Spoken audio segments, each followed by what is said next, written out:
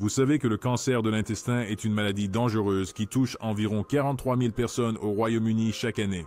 C'est le 4e cancer le plus fréquent au Royaume-Uni et la 2e cause de décès par cancer. La plupart d'entre nous haussent les épaules, pensant que ce n'est rien. Mais que se passe-t-il si ces petits changements sont en fait de grands drapeaux rouges? Le cancer de l'intestin commence dans le gros intestin ou le rectum, et c'est une maladie sournoise. Les symptômes peuvent être subtils, presque comme des murmures de votre corps vous disant que quelque chose ne va pas. C'est pourquoi je suis ici, pour m'assurer que tu attrapes ces murmures, avant qu'ils ne deviennent quelque chose de sérieux.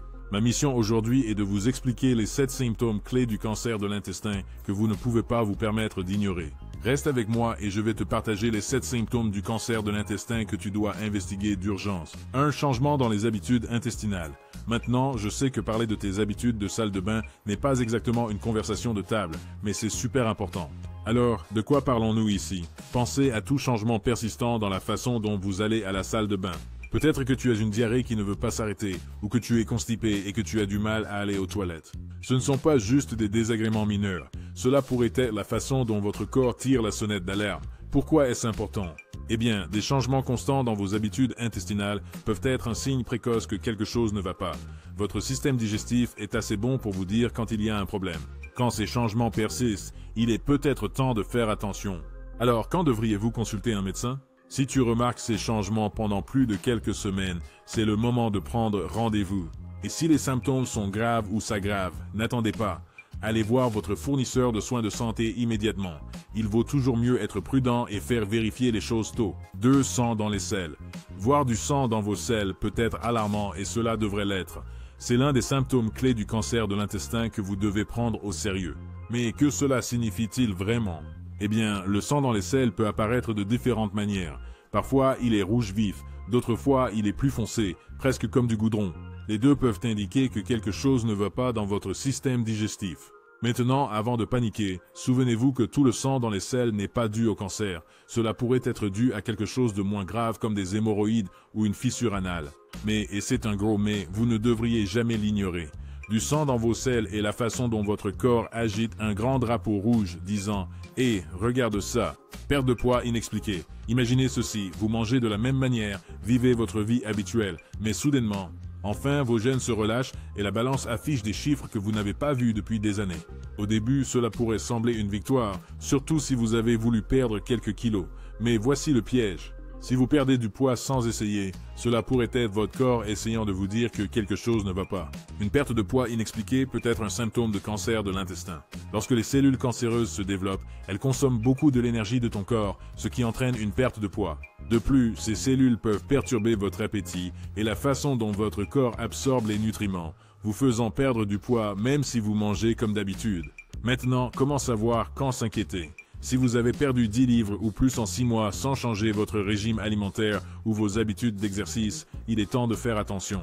Bien sûr, cela pourrait être du stress ou un autre problème de santé, mais il est crucial d'écarter quelque chose de sérieux comme le cancer de l'intestin. Voici ce que vous devez faire. Surveillez votre poids et tout autre symptôme que vous pourriez ressentir. Et si le poids continue de baisser sans raison valable, prenez rendez-vous avec votre médecin. Ils vont faire quelques tests pour comprendre ce qui se passe. Ou douleur ou inconfort abdominal.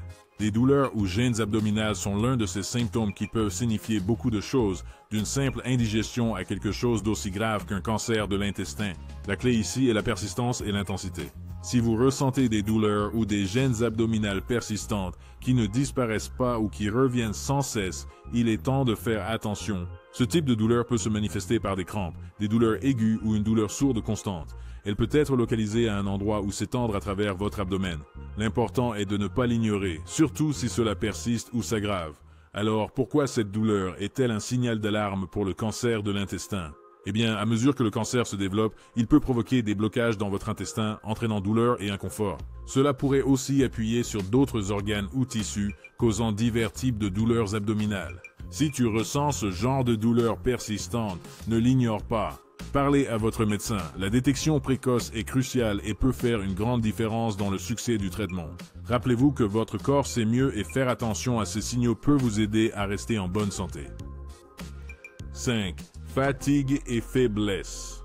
Parlons de quelque chose que nous ressentons tous de temps en temps, la fatigue et la faiblesse. Mais que diriez-vous si je vous disais que parfois, ces sentiments quotidiens pouvaient être le signe de quelque chose de plus grave, comme le cancer de l'intestin? Maintenant, je sais ce que vous pensez, la fatigue et la faiblesse. N'est-ce pas juste une partie de la vie? Et tu as raison, se sentir fatigué est normal, mais quand cela devient un compagnon constant, cela pourrait être ton corps essayant de te dire quelque chose d'important. La fatigue liée au cancer de l'intestin n'est pas seulement une question de sommeil après une longue journée, c'est un épuisement profond et accablant qui ne disparaît pas avec le repos. Vous pourriez avoir du mal à accomplir des tâches qui étaient autrefois faciles. Facile, se sentir vidé même après une nuit complète de sommeil.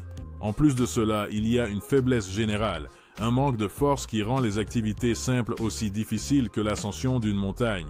Alors pourquoi cela se produit-il? Le cancer de l'intestin peut provoquer des saignements dans le tube digestif, souvent lents et progressifs. Cette perte de sang peut entraîner une anémie, une condition où votre corps n'a pas assez de globules rouges pour transporter l'oxygène efficacement. Et devinez quoi? L'anémie peut vous rendre extrêmement fatigué et faible, si vous ressentez une fatigue persistante et une faiblesse.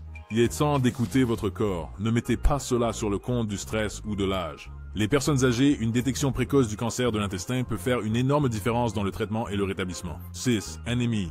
L'anémie, c'est quand votre corps n'a pas assez de globules rouges pour transporter l'oxygène. Vous pourriez vous sentir très fatigué, faible, ou même être essoufflé. Parfois, vous pourriez aussi avoir l'air pâle. Alors, l'anémie en soi n'est pas toujours un signe de cancer. Elle peut se produire pour de nombreuses raisons, comme ne pas avoir assez de fer dans votre alimentation. Mais voilà la chose. Lorsque l'anémie apparaît à l'improviste, surtout si vous mangez bien et prenez soin de vous, c'est un signal que quelque chose de plus grave pourrait se passer. Alors, comment l'anémie est-elle liée au cancer de l'intestin?